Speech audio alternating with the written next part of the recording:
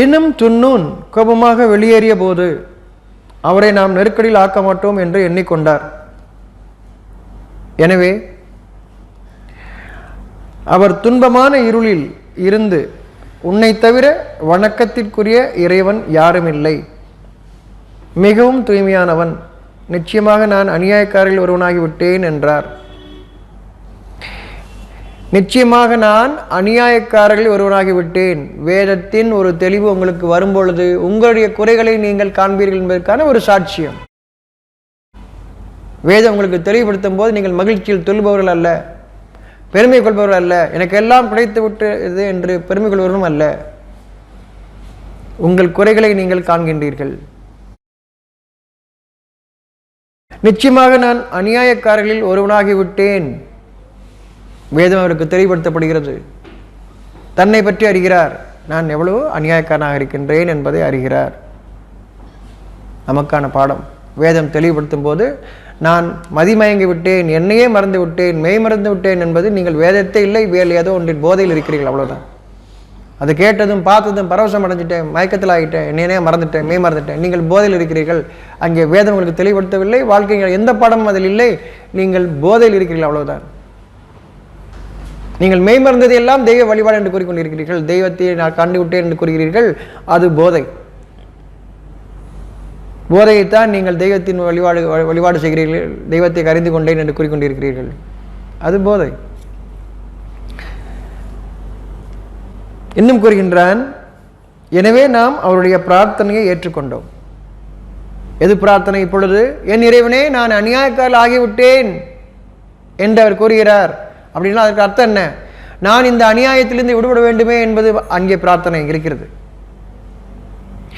நான் குற்றவாளியாக இருக்கின்றேன் என்று நான் எண்ணும் பொழுது குற்றமற்றவனாக ஆக்கு என்ற பிரார்த்தனை அதற்குள் இருக்கிறது. அதை இறைவன் அறிகின்றான். அவன் கூறுகின்றான், அவருடைய பிரார்த்தனை நாம் ஏற்றுக்கொண்டோம்.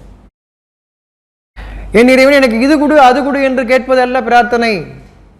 இறைவன் ஒன்றை தெளிவுபடுத்தும் பொழுது நீங்கள் அறிகின்றீர்கள், நான் இவ்வளவு கேடுகள் என்னிடம் இருக்கிறது, இவ்வளவு தவறுகள் என்னிடம் இருக்கின்றன என்று நீங்கள் அறிகின்றீர்கள். அதை பிரார்த்தனையாக ஏற்றுக்கொண்டான்.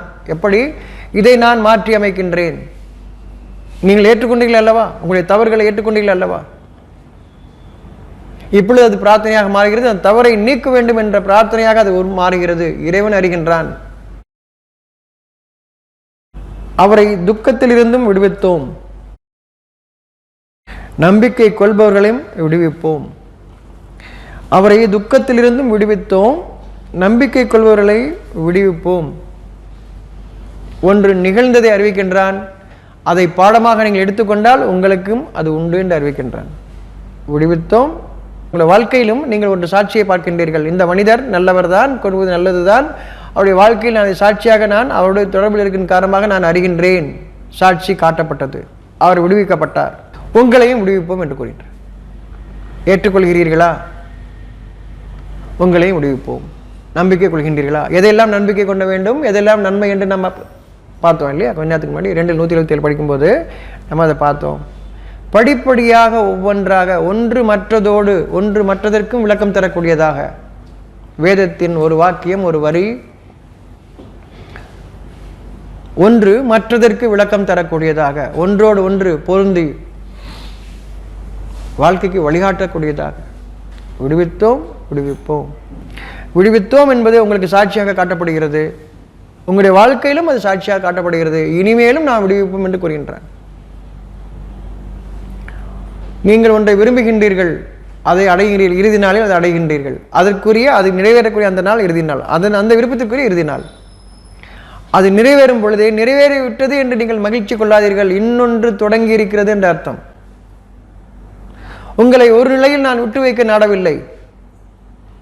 அப்பொழுது எந்த ஒன்றை விரும்பினீர்களோ அது நிறைவேறுகிறது, இன்னொன்று தொடங்குகிறது, நீங்கள் அறிபவர்கள் இல்லை. உங்களை அடுத்த நிலைக்கான ஒன்று அங்கே தொடங்கிவிட்டது. நீங்களோ அவனை மறந்தவர்களாக கிடைத்து விட்டதின் பெருமையை கொண்டு கொண்டாட்டமாக மாற்றிக்கொள்கிறீர்கள். ஆனால் இன்னொன்று தொடங்கிவிட்டது என்பதை நீங்கள் அறியவில்லை. இதனுடைய அர்த்தமாவது நீங்கள் என்றென்றும் பயபக்தியுடன் வாழ வேண்டும் என்பதுதான் இதனுடைய அர்த்தம். எனக்கு ஒன்று கிடைச்சிச்சுன்னு பெருமை கொள்றதில்லை. இறுதியாக உங்களுக்கு கிடைக்கும். எப்பொழுது இந்த உலகத்தை விட்டு நாம் செல்கின்றோமே அப்பொழுது அந்த நிலையில் நீங்கள் பெருமை கொள்ளவே மாட்டீர்கள்.